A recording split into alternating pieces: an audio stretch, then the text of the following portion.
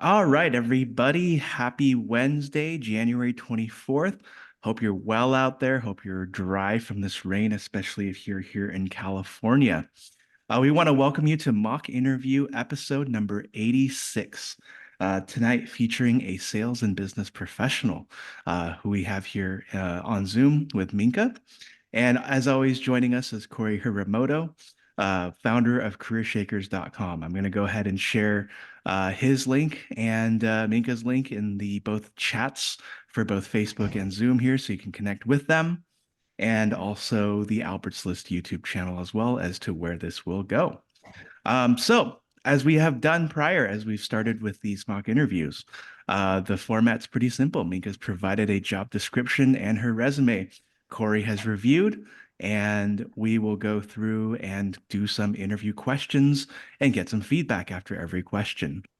For those of you who are watching online here, live time, you're also open to ask your own questions as well, inquire, or just figure out how you can help with your own interview process as you go through it. So, without further ado, I'm going to go ahead and hand it over to Corey. Thanks again for coming back. Thank you, everybody, for tuning in. And yeah, please do utilize that chat function. Throw in questions for me as well if you want some, or if you think of questions that we should be practicing for this account executive sales role. Put that in the comments and we'll go through your questions also. And we are looking for volunteers. I believe we have someone booked for next week, but I think the week afterwards, if there is someone who wants to get some interview practice, please contact me or Albert. And we'll also be sharing our YouTube channels at the end where we have additional mock interviews for other types of roles if you're looking for other positions.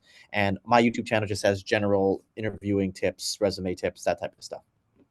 Now, before we dive into the actual interview, I just want to give Minka a platform, first of all, to say thank you very much. Thank you from me, Albert, and the whole Albert's List community for putting yourself out there for everybody's educational and entertainment purposes. And so I wanted to give her a platform to introduce herself in a non-interview setting, talk about her background, what kind of jobs she's looking for, what kind of companies ideally she wants to work for, and then we'll go ahead and get started. So Minka, why don't you take the floor? Hi, well, if you're thinking of doing this, anyone, I can tell you that yes, it's definitely a little nerve-wracking, but we'll all make it, so it's all good. I am actually looking for anything that is involved with sales, whether it's actual sales or whether it's management for the connectivity between AI, data, blockchain, cybersecurity. It's all interesting. So my background is basically I was a techie from the moment I was born into a career, as far as from both a hardware aspect, the software aspect, and then later on branched out into sales through something else. And I thought about my career. I've done digital marketing. I've done different types of marketing actually recently. And it essentially what I decided was I love sales. So that is always a focus. The company that we're talking about today, I do like their culture, because we always look at culture, right?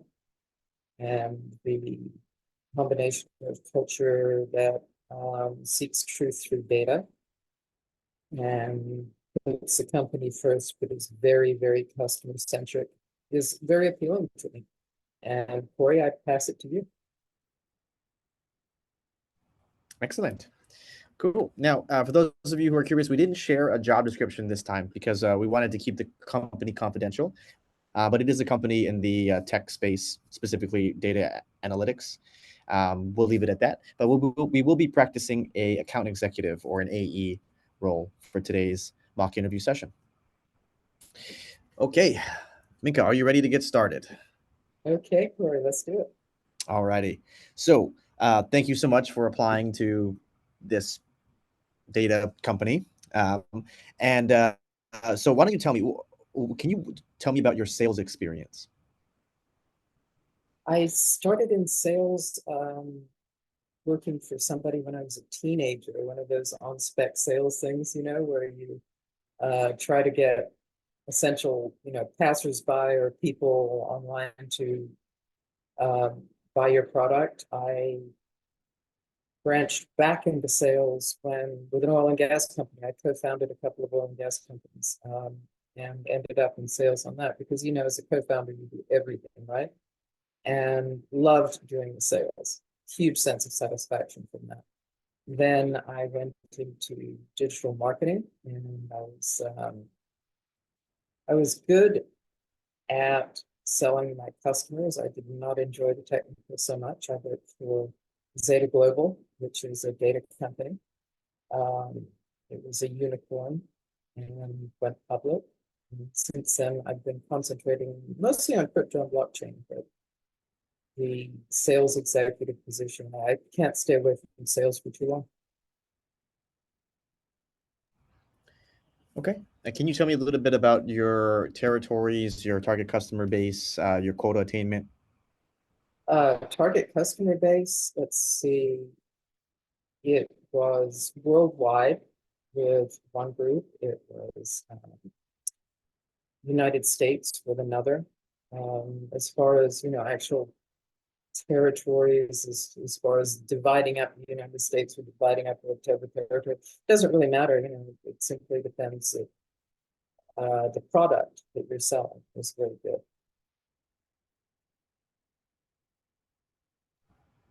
Okay. All right. So we'll pause here and then we'll dive into the feedback section. And so typically we do one question and then interview feedback, and then we'll go back into questions. And as someone asked last week, so I do play the role of the hiring manager while I'm asking the questions. But then when I'm giving feedback, I'm just acting as a advisor / coach. So I kind of jump back and forth Okay, in case anyone gets confused on the roles I am playing in today's mock interview session. Okay, so for feedback, this is like your standard sales version of walk me through your resume, tell me about your experience, very standard stuff, right? And so a lot of what people will care about initially in the first like get to know you questions is kind of those things that I alluded to in my follow-up, which is it's good to break down the total years of sales experience you have, the kind of industries that you have expertise in, because that's obviously going to lean towards hiring someone over someone else. But then you also have to give me some of those sales metrics, right? Like, do you typically carry the SMB accounts? Do you typically carry mid-market? Are you typically more on the enterprise side? This role that you shared with me is for an AE for the enterprise accounts. So I would love to, get that confidence that you've already worked with enterprise level accounts for previous companies, right? Ideally in the same tech vertical, right? So any like sprinkling you could give me there in terms of like the accounts matching what I'm looking for, the industry or the product expertise would be helpful. And then of course you got to tell me about how good you are at sales, right? I think I wasn't able to get a good sense of how good of a sales executive you are, right? Which is why I asked about quota attainment and targets. So if you were to tell me like, yeah, my last 5 companies I made President's Club, 4 or 5 times, constantly exceed quota, right? Always hit my multipliers, right? Like give me something that gives me that confidence, that shows me that you are one of the best sales women on your team. And obviously it'd be like a slam dunk if I could hire you, right? Okay. With one company, I was mainly outreach and then closing through the next,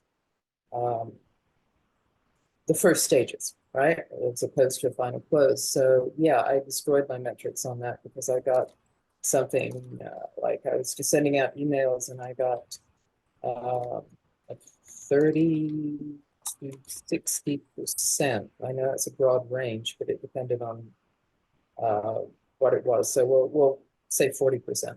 So honestly, I haven't looked at these metrics in a while, so sorry about that. But I'll make a point of doing that. But yeah, an open rate of something like 40%, which is really high for cold lead. And from that, I had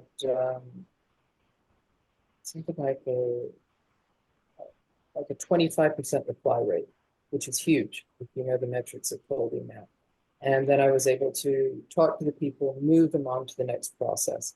It was mostly upper mid-market, there was some enterprise, I find enterprise fascinating because when I worked in an enterprise environment, I enjoyed actually dealing with the different departments and finding out uh, what each one needed. I actually like finding solutions for people. So that you could say that's the business development side of it.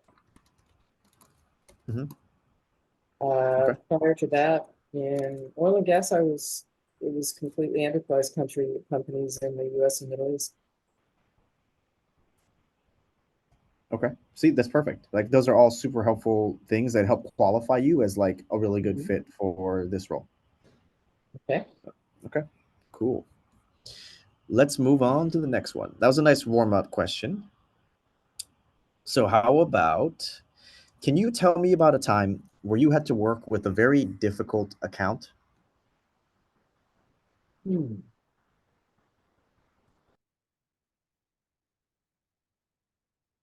See, I don't really find accounts difficult. I find them people who need to be listened to, individuals who need to be listened to in order to find solutions to their problems. So I don't look at it as difficult. I look at it as challenging. Okay. So can you tell me about a time you had to deal with a challenging customer in one of your enterprise accounts? Yeah, actually, when I was back in the beginning, when I was working as a field engineer, I had a constant battle, essentially, to prove that I could do the job as a woman. So I had to be extra sharp in replying to technical questions. And technical questions with technical people, you have to know exactly what you're talking about.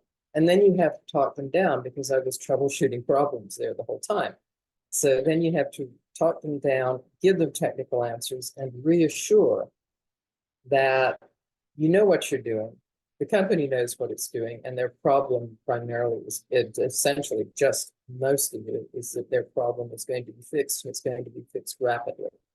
So I did encounter a lot of sort of old school, somewhat not used to seeing women in the position. And so that was probably the most challenging thing, but it was kind of fun too, because you ended up, essentially charming hostile people and fixing their stuff. Okay. Do you have a more recent experience from one of your sales roles? No,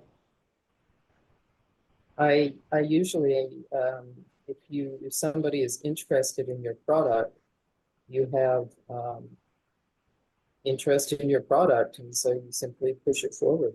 I guess I don't find those things difficult or challenging. So there, may find them challenging, but I don't really find them difficult. Okay. Let me reword the question then. Was there a customer who initially was not interested in purchasing the product, and how were you able to change their mind? By listening, by asking them questions, by drawing them out and finding out what they actually need, and then finding out if there is an application, which since you're talking, there usually is. Essentially, it's about actually caring about what themselves and their company is into, as opposed to trying to push a product. Because when you listen, as you listen, you find applications of the product that will fix whatever problem they're looking for. So it's finding their pain points. Mhm. Okay, great. So we'll move into the feedback section here now. I know I've seen some videos and blogs online where they advise you, like if someone says, hey, tell me about a mistake that happened at work, or tell me about a difficult customer or a challenging conversation you needed to have, or like a difficult coworker to work with. I've seen some advice columns online where they would say, "Oh, you should just tell them you never experienced that because you don't want to admit that you make a mistake at work or that you have uh, uh, you run into challenges sometimes." Mhm. And I think that probably used to work in the past where that was the right approach. But I think these days it is actually better to try to share an example of a time where you did run into some type of challenge, because everyone knows when you do start working at any company, right, you are going to run into difficulties with either your coworkers or your customer or your boss at some point. And so knowing that you know how to handle those situations is going to be extremely helpful for a lot of people. And also, this was a behavioral question. So what I was looking for was an example, a specific example of a time where you had to basically work with a difficult customer or turn a sale around, right? And so you answered my question in the hypothetical sense, which is good for hypothetical questions, where you talked about how you like to ask leading questions. You probably have to do some BANT, right? Budget, authority, need, timing, and then trying to understand and listen to your customer, figuring out what their needs are, and then seeing how your product can actually fit that. But in this case, I was looking for a specific example. So it would be best to try to share a example of a time from one of your sales roles where you did have to turn a sale around. And then the best structure to kind of frame those answers is the STAR method. Have you heard of the STAR method before? No, I haven't. Oh, okay. No, yeah, no worries. So I'll put it in the chat in case you want to screenshot this later. But if you Google STAR interview method, or you go on YouTube, STAR interview method, which by the way, I have a video about. But basically, it's just an acronym. So the S stands for situation, the T stands for task, and the A is actions, and the R is result. The most important two are actually the last two things, the actions and the results. This is just like it's basically an outline of how they recommend you answer behavioral interview questions. So when you're telling your story, first you got to give some context, tell them a little bit about the situation that was happening at work. In this case, I already told you what the situation should be. The situation is you have a customer that's, difficult or doesn't want to buy something initially. Then you talk about what you were tasked to do. So in this case, it's pretty obvious. You were the account executive. Your job was to convince them to buy the product, right? So that part kind of skip over. Then the actions. This is where everyone gets to differentiate themselves. This is where you can show off your sales skills, essentially, right? Or your negotiation skills or your product knowledge. So here you talk about in specifics what you did in order to convince that customer to actually purchase your product when they probably thinking they didn't need it to begin with, right? And then of course your story needs some kind of ending, and so they recommend you talk about the result of all your hard work or the result of the problem that you solved. So in this case, you would talk about the size of the deal that you had closed with this customer, or maybe you would talk about how this customer gave you a super strong review, which led to a promotion or something, right? Or maybe this was like a renewal contract that you had to get. Who knows, right? Give us some exciting result at the end. So this is just like a framework that people use to answer these styles of questions. Any questions on the STAR method? No, got it. Thanks. Yeah. Okay. Yeah, some people call it CAR, CAR. It's shorter, but basically same thing. It's like context, Yeah. action, result. Um, but you can give that one a try, and we will be doing more behavioral questions actually. So you can go ahead and give it a try. Let's we can implement it with this one. So Minka, can you tell me about a very difficult close that you had to make with a customer, or challenging? Sorry, because uh, uh, uh, nothing is what was difficult. So we'll go with a challenging close. Okay. Good. A challenging close. Yes, I had a customer who was initially took the call simply because they were curious, but they didn't really want to buy anything. They had that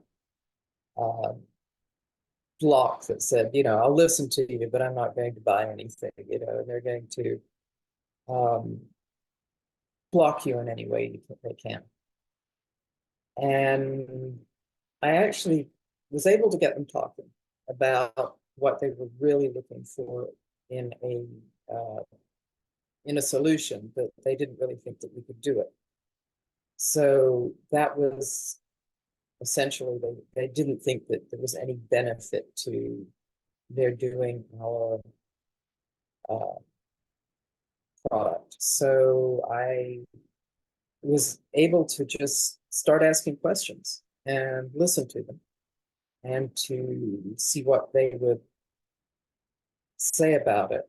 And the end result was they said, okay, well, I'll do the next step with you, you know, I'll look at the demo and I'll go through it and all that. And through that, they were partly not understanding exactly how it worked. And once that was clear to them, then they began to see benefit from it. And we did end up closing them. So that was good.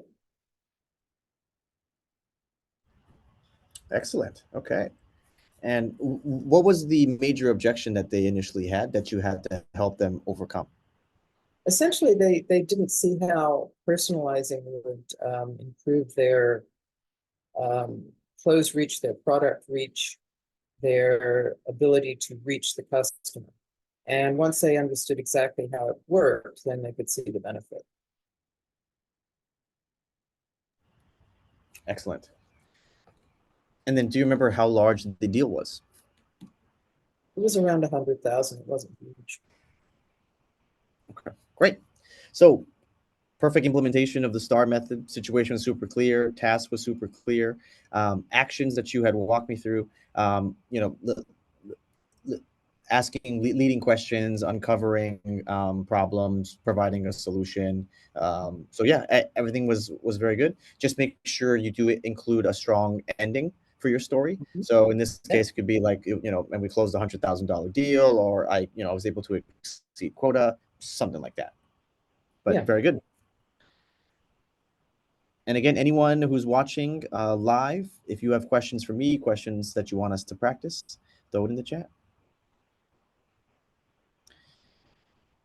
Okay, let's go with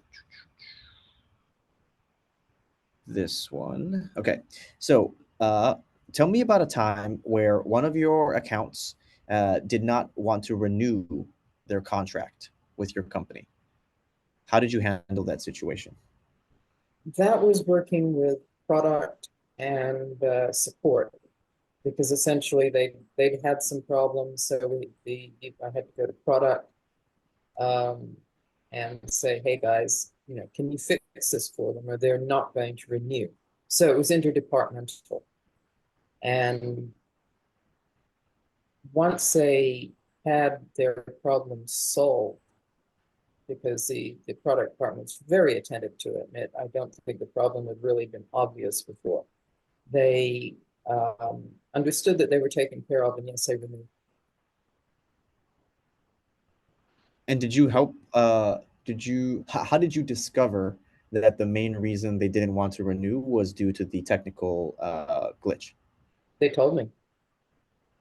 Just on their own? You didn't have to ask any leading questions. They just Well, identified the of course, problem. yeah, I had to give them a call and talk with them and see what was going on. Hey guys, your renewal's coming up. You know, do you want to renew? And they're like, no. So then you had to find out why and then solve it. And fortunately, we had a wonderful collaboration, you know, within the company that allowed that to happen. Very good. Okay. And then, so did you end up doing anything, or did your company end up doing anything to prevent these types of situations from happening for other customers? Sure, once they were aware. Yeah, absolutely. Can you give me an example of what specifically changed moving forward? It was essentially, if I recall, it was a coding glitch. So having been discovered, it was fixed. Okay, very good. So in terms of feedback now, so I'm putting on the different hat here. Very good. Situation, task, action, result. Perfect. Nailed it. Now, the only parts that were missing was kind of the extra step here, right? Which is, okay, how can we be proactive about this? This is where you get to show off your problem solving skills, right? Or your ability to fix or improve processes and things. And so the way to enhance your answer to make it better was basically to throw in all those other elements that I had asked as follow-up questions. So you could give the same situation, the same task. Now for the action part though, you should still show off your sales skills here, where you made it sound a little too easy, right? You made it sound like, oh, the customer just called and was like, hey, I'm not renewing because this is broken. If you fix this, then I'm going to stay.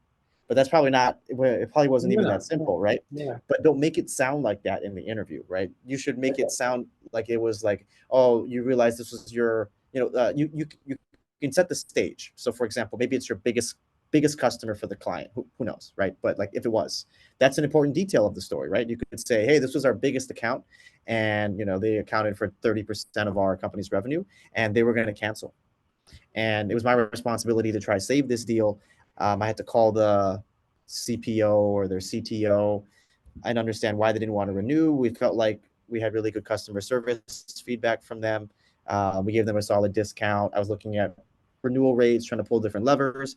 I finally got to talk to the CTO. And then after asking, I don't know, make it sound difficult, right? Like all these leading questions, trying to understand if they were considering other customers, if it was related to price, product, or experience. Turns out it was actually a super simple fix, but none of our engineering teams have ever caught this, right? And then you can go into the result. So the result was, they fixed it, obviously, and then you saved the account. But that's predictable because I already prompted you with that with my question. The question was, tell me about a time you saved a renewal. So you can't just end your story there, right? So you should say, yeah, we fixed it, saved the account, they renewed. And on top of that, we identified a major glitch in the code. Once we fixed that, then I organized a marketing campaign or a comms campaign that went out to all of our other enterprise accounts, letting them know that we've now provided enhanced features, because we don't need to tell them that something was broken, right? We can tell them that we now have rolled out enhanced features. And then this has also increased our renewal percentage year over year from 45% to 57%. Right? That's your wow moment where they go, oh, okay. So not only did you fix this, right? You thought about it critically. You were like, wait a minute, this isn't just a problem for them. This is going to be a problem for other customers. So let me see how I can fix that, turn this into an opportunity, right? You also mentioned you've got a marketing background. So there's a lot of different ways you could spin this to kind of give yourself a different angle and a really impactful result. Oh, I like that. Thank you, Corey. You're teaching me better storytelling. Absolutely. That's what I'm here for. That's what I'm here for. Now, someone in the chat had asked, I believe this question is directed at me. So they're asking, how would you handle a hostile interviewer or a person who is really rude or trying to play the bad guy on your interview panel? This is a tricky one. I mean, for some people, this would just show you that the culture at this company is just not in alignment with you. Personally, for myself, I don't know if I'd want to go and work. Even if I pass the interviews, I don't know if I'd want to go and work in that type of like hostile work environment. It doesn't work for me. I used to work in those environments in the past. For some people, they thrive in those environments, but for me, it's just not a place where I would work. But in terms of like how you would handle that in the moment, it's most likely a test, and hopefully they're not actually that rude in person when you start working there. And so that's kind of how I would be thinking about it in the moment. I would treat this as a test where they want to see if I get frazzled. They want to see how I work under pressure.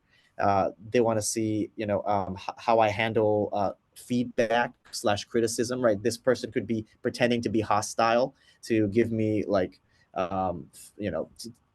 point out things I'm doing wrong in the interview, even though I'm doing totally fine, right? So I would say try to remain calm, don't get frazzled, think of it as part of a test, and just keep a level-headed answer. And also, though, if they are trying to be a bad person by like pointing out things that are wrong, they're actually helping you, right? So they're actually telling you parts of your answer that you should change, improve, swap out, don't use for the next one. And if they're doing it early on in the interview, then depending on other questions that come after that, you can actually implement some of their feedback, but because that's going to make you stand out even more. So if the person who's being the bad guy starts to tell you, oh, Corey, I don't like how you, I don't know, use your hands so much when you talk. It makes you look dumb. Mhm. I'd be like, oh, that's very good feedback. Thank you very much. So when they ask me the next question, I won't use my hands at all, right? And then that'll show them that I'm very good at taking feedback. I operate well under pressure, and I'm able to incorporate things and improve, which is a good sign for any hiring manager. Mhm. But these are great questions. If anyone has other ones, throw them in the chat.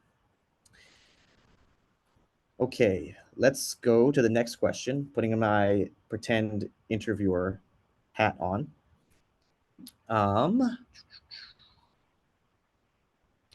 Okay, so imagine you were working here at this data analytics tech company, and you're in charge, and you're my account executive for one of my enterprise level accounts. Now, for us at this company as an AE, you also have to do some business development and prospecting. So, how would you build a list of potential prospects for us to consider as you want to expand your account portfolio? I would look at the current clients, obviously, and find the similarities and differences, but essentially the level of company they are, Fortune 1000, Fortune 100, whatever it would be, and find parallel companies with similar revenue, similar problems that they have to resolve, and then I would find the decision makers, and then I would find their contact information, and then I'd approach them. Now, assuming I've already also hired brilliant, strong salespeople like yourself already, why do you think maybe we haven't done that then if it was so simple?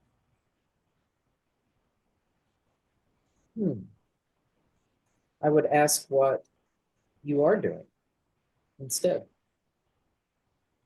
So what are some unique strategies you think that we should be implementing when we're trying to identify new enterprise accounts? Unique strategies, well, you're going to pull in a certain number of warm leads via conventions, talks, all the social media, obviously. For cold leads, perhaps you haven't thought of looking for cold leads because you have so much coming in already through warm. But finding cold leads is always important because it increases the number of potential clients. Okay, very good. So putting on my feedback hat here, very solid answer, right? This is what is expected from a strong AE, right? Is to look for synergies between companies and then identify who the authority decision maker is, do cold calls, put together marketing campaigns, outreach campaigns, generate leads, try to expand your portfolio and business. Very good. And then what I was trying to push for here was just like an opportunity for you to demonstrate your unique approach or your unique skill set that you may have that maybe other AEs aren't thinking about, right? So you can provide your out of the box thinking to help you stand out from everyone else. And I think your idea was very good, right? So you were basically saying you kind of want to lean more on the data side. You want to figure out, okay, where are the majority of our existing leads or prospects coming from? Is it more warm, hot, cold approach, right? Is it more from certain events? Is it from certain digital marketing campaigns?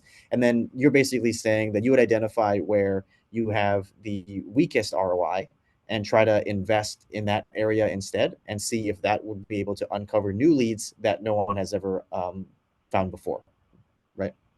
Absolutely. And in addition, old cold leads from Salesforce or whatever your CRM is that got dropped in different transitions. Yep, that's true too. All right. Next interview question. All right, let's do a bit of a role play scenario, Minka. Imagine you are going to cold call me to sell me something. All right. You can pick whatever it is that you want to sell me, but let's pretend this is a cold call. Okay. So go ahead whenever you're ready. Give me a ring. Let's pick something to sell. Could be anything. What would you like? Oh, you can pick dealer's choice. Okay, all right. Okay, I am selling you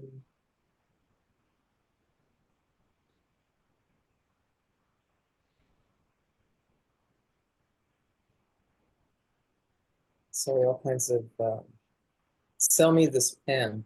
Okay, yeah, okay, cool. I've done that one. Okay.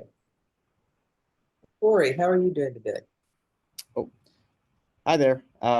Yes, this is Corey. Who am I speaking with? And how do you know my name? Hi, this is Minka with XYZ Pen Company, and I would love to know if you have a minute. I do have a minute. How can I help? Okay, we have the most incredible pen. It's going to transcribe your notes that you write in print, write in longhand. It's going to transcribe them to whatever digital platform you want to put them in. If you want to put them in a Word document, in notes, and anything on any platform, it's going to transcribe what you write down and put them there for your future reference. And you'll be able to search them afterwards because you'll be able to tag and keyword them. So how often do you write notes? I write notes every day, but I typically type them on my computer. I don't really write notes by hand. Okay. So if you are in a situation where you do write notes by hand, for example, somebody catches you in the car, you've got your phone, you have to scribble something down, you can't type them on your computer, then perhaps this could be useful for you, right? How does the technology work? Essentially, it has 4 or 5 different cameras on the phone, on the uh, pen, so you can actually write on your phone if you want to. You can also write on a piece of paper with it, and it will completely transcribe it. Oh, this sounds expensive. How much is it? No, it's not. It's currently on sale. It's normally 400, but it's currently on sale because it is a new product for $200. So it's well within everyone's budget. This is $200 for a pen? I don't think I need to spend $200 for a pen. Yeah, but as a tech person, you know how valuable this can be.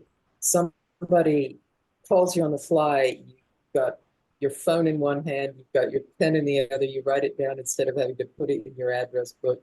You can write down notes from a conversation because you don't have your computer at hand. You can write down notes about the fact that the traffic light that was red that you just sat at was lasted for 3 minutes and you're going to complain to somebody about it. It doesn't matter because every time you pick up a pen, that's your pen to use. Oh, okay. Very interesting. I want to think about it and can I call you back later? Uh, yeah, but I tell you what, we're both really busy people, and I'd love to send you a sample and see what you think. Oh, a sample pen. How does that work? Very simple. Um, I'll send you a link to sign up for it. You trial it for 2 months, and your card is not charged until you're through trialing it. So you're basically giving me the pen for free for me to try it for 2 months? Yes, and if you don't like it, you send it back within that 2 months. If you do like it, you keep it and your card is charged. Oh, okay. I mean, if it's free, then that sounds good. Let me give you my Okay. contact info. Blah, blah, blah, blah. Hang up. Okay, Yeah, great. okay. All right. I mean, sorry, I didn't do the usual pen thing, but I decided to switch it up for, the century, right? Yeah, and that's totally fine. And that's totally fine. And So I threw in a few common objections in there mhm, just to see how you would handle it. Number one, price, obviously. Number two, value, right? Like, don't see the value in it. And then number three, I gave you the good old runaround, which is I'm mhm. going to think about it and I'm going to call you back. And then you did a very good job handling all three of those objections for this imaginary pen. And then, assuming you actually had the authority to give a demo for 2 months, I think that's the perfect solution, right? So the only tricky thing here is if the interviewer ends up being like, okay, well, what if you can't give a free demo? How are you gonna close this deal on the phone today? What would you say? Yeah, I was completely ad-libbing because I actually got caught in something like that. Try this for 2 months or 3 months for free, and then we'll charge your card. All of a Mhm. sudden, next thing I know is like $167 is charged my card because I totally forgot about it, which is the way that sort of thing works. You don't want to do it today. I would probably actually not be calling you about a $200 pen. I would probably be doing demos to a crowd somewhere as opposed to a phone call. Mhm. So, um,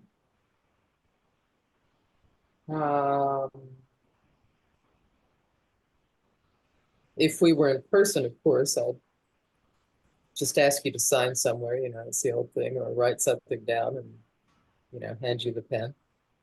Yep.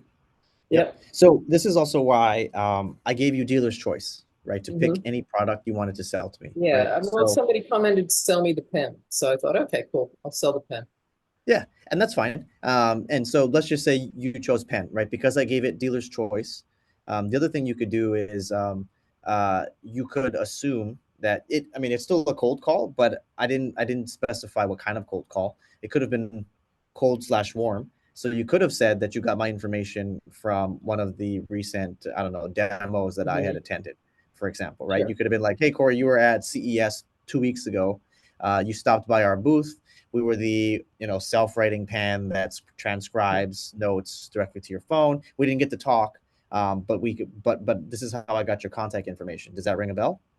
Right? You could have Right. led with that, I could have. Yeah. right? Because to your point, right, a $200 pen is super difficult to cold call and sell, right? Hmm. That's okay, right? Dealer's choice. You pick the pen, so no problem. Well, then how do we spin this to actually work in your favor? Well, to your point, it's difficult to sell a $200 pen if they didn't seen it. So why don't I just assume they've already seen it, right? Hmm. And that's how and that's why I asked you, how did you get my contact information, right?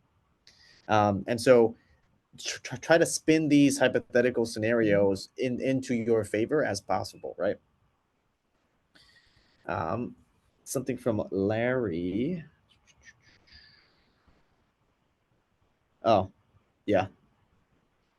Well, that is true. For those of you who can't read it, someone in the chat said, when Apple released the smartwatch, I thought it was the stupidest thing ever. It's like a smartphone, but with a smaller screen. But turns out Apple is raking in the money. Hmm. So yeah, you can't always judge a product based on like what someone tells you on the phone, right? Sometimes it's harder to describe and sell a product on the Yeah. just with your words as it is than to experience it yourself, which is why sometimes those like free trials that Minka had suggested tend to have pretty good conversion rates. Okay, we have time for one more question. So let's do another hypothetical question here.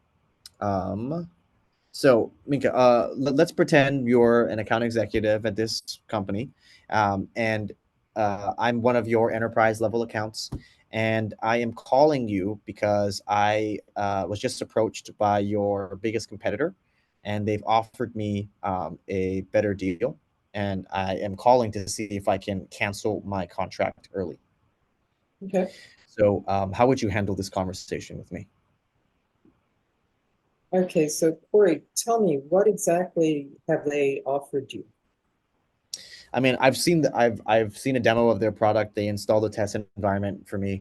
Honestly, it's got basically the same features that your company has, but they're offering it to me for 100 grand less.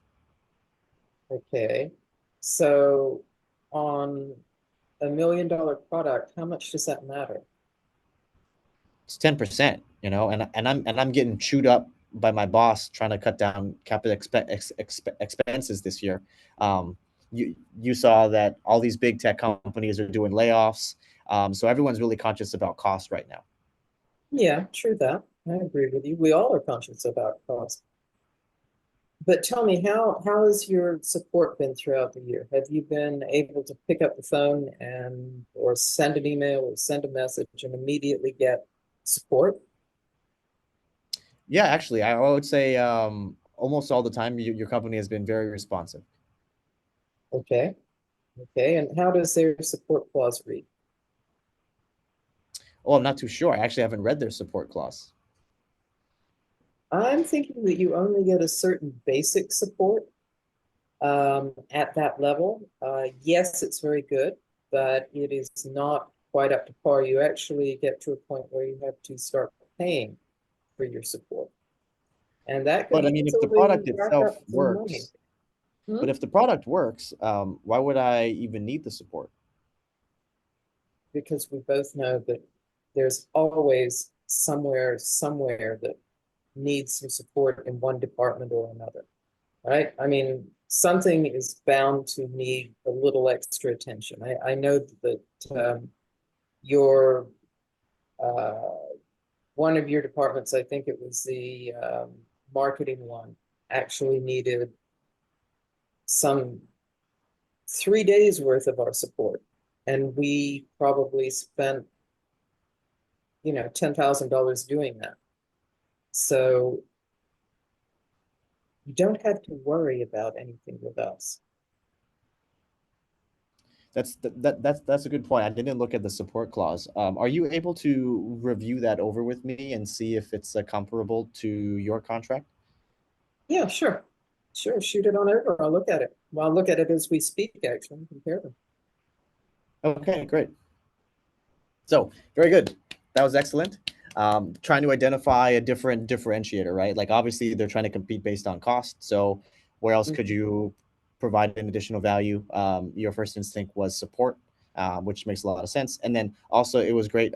You probably did your research before you called me, and then you realized that we did have this. The marketing Mhm. department needed major support, which I guess we provided great service to fix something for the marketing department. So you came in prepared with your data and evidence, and you also were able to provide a different what's the word perspective, to open the eyes of your customer and save your account. So very good. All right. So those are all the questions that I had drafted up. Thank you, everyone, for tuning in. I appreciate it. And again, I just wanted to plug Albert's List YouTube channel. We've got other mock interviews and events recorded on there. And then on my YouTube channel, we've got additional interviewing tips and tricks as well. So back to you, Albert. Awesome. Thank you so much, Corey. Thank you so much, Minka. Both did a fantastic job, and I love this pen selling scenario. I thought that was really cool too. The pen So, actually exists. A friend of mine bought it oh, through a GoFundMe or something. Yeah. I love it. I love it. Yeah. Yeah. So, for those of you watching, thank you so much for joining us today. We have so many more webinars coming up, including our next mock interview, which will be for an office manager next week. We appreciate you joining us. Have a wonderful and fantastic rest of the week, and we'll also see you on the Albert's List community. Thanks so much, everybody, and Okay. bye.